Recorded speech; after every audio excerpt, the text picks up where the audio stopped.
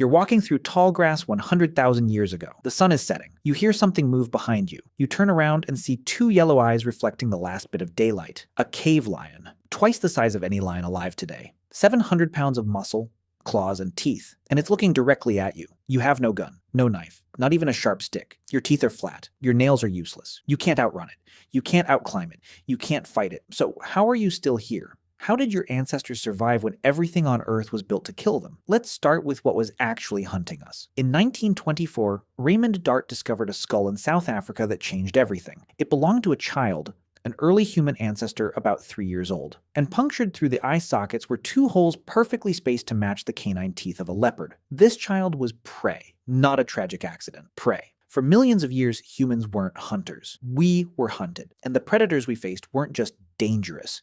They were apex killers that had spent millions of years evolving to hunt large mammals, starting with the saber-toothed cat, Smilodon fatalis, 11-inch canines, 600 pounds, built like a tank with a bite designed to puncture the throats of bison and camels. It didn't chase, it ambushed. It waited in tall grass or near water sources and exploded out at 30 miles per hour. One bite to the neck and you were done. And it wasn't alone. The short-faced bear, Arctodus simus, the largest mammalian land predator in North America, 12 feet tall when standing, 2,000 pounds, long legs built for endurance running. Most bears today are opportunistic. They'll eat berries, fish, whatever. The short-faced bear was a hypercarnivore. It ate meat. Only meat, and it could run 40 miles per hour. If it saw you, you were already dead. Then there were the cave hyenas, Crocuta spelaea. Larger and stronger than modern hyenas with a bite force of 1,100 pounds per square inch. For context, your bite is about 162 pounds per square inch. A cave hyena could crush bones to get at the marrow inside. They hunted in packs of 20 or more, coordinated, relentless, and they hunted at night when early humans could barely see. Dire wolves ran in packs of 30. Cave lions were 25% larger than African lions and hunted in groups. Giant cheetahs, scimitar cats, terror birds in South America that stood 10 feet tall with beaks that could shatter skulls. Everywhere humans went, something was trying to eat us. And here's the thing, we had nothing. A chimpanzee, our closest relative, is 3 times stronger than an adult human. Chimps have fangs, they can climb 30 feet in seconds, and they still get killed by leopards regularly. We were slower than chimps, weaker than chimps. We couldn't see well in the dark, we couldn't smell predators from a distance. Our hearing was mediocre. We were upright, which made us visible from far away, and our baby screamed constantly and couldn't even walk for a year. By every biological measure, we should have been extinct in 100,000 years, but we're not. They are. Every single predator I just listed is gone, and we're here. So what happened? The first weapon was fire. In Wonderwerk Cave, South Africa, archaeologists found evidence of controlled fire dating back 1 million years. Burned bones, ash layers, hearths, and fire changed everything. A campfire creates a safety zone roughly 30 feet in diameter. Inside that circle, predators will not enter. It's hardwired into them. Even today, lions in Africa avoid fire. It gave us light when we couldn't see. It gave us warmth in climates our hairless bodies weren't built for, but most importantly, it gave us time. Before fire, when the sun set, you found shelter and stayed completely still until morning. After fire, you had 3 to 4 extra hours every night. Time to make tools, time to plan, time to talk. And fire did one more thing. It let us cook. Cooked meat has more calories and is easier to digest. More calories meant we could afford to grow bigger brains, and bigger brains meant better problem solving. But fire alone didn't save us. The second weapon was endurance. We're terrible sprinters. A saber-tooth could hit 30 miles per hour in 3 seconds. We top out at 28 and only for a short distance.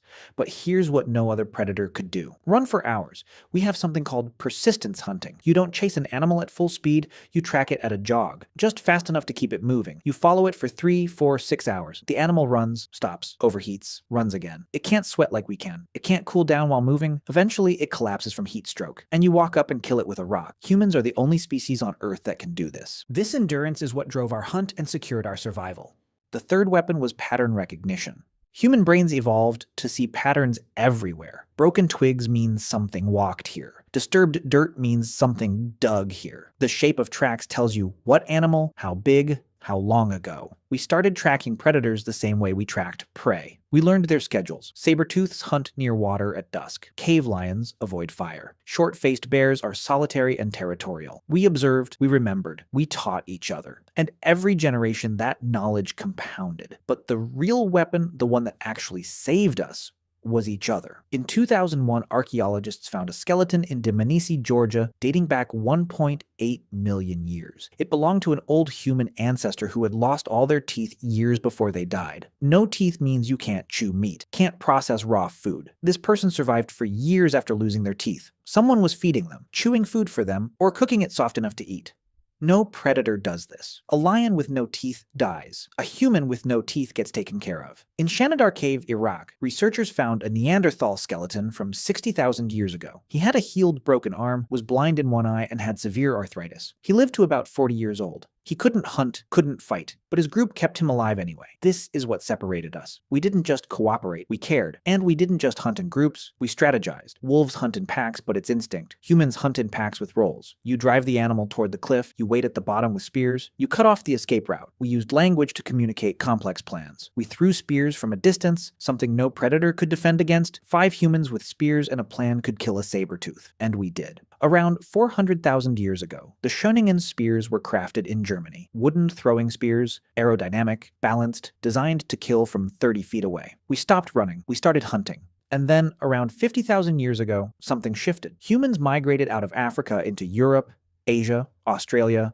the Americas, and everywhere we went, the megafauna started disappearing. Saber-tooths went extinct 10,000 years ago. Cave lions, 14,000 years ago. Short-faced bears, 11,000 years ago. Woolly mammoths, giant sloths, terror birds, all gone. There's debate about how much humans contributed versus climate change, but the pattern is undeniable. Every continent we reached, the large predators vanished within a few thousand years. We didn't just survive them. We outlasted them, outthought them, eliminated them. Because here's the truth. Evolution gave every predator one advantage: speed, strength, venom, camouflage. But evolution gave humans adaptability. We couldn't outrun a short-faced bear, so we threw rocks at it from a distance. We couldn't outbite a cave hyena, so we worked in groups and surrounded it. We couldn't see in the dark like a cave lion, so we made fire and turned night into day. Every biological weakness forced us to invent a solution, and those solutions compounded over thousands of generations until we became something no predator could evolve to fight. For 2 million years, we were prey. We hid in trees, we ran from shadows,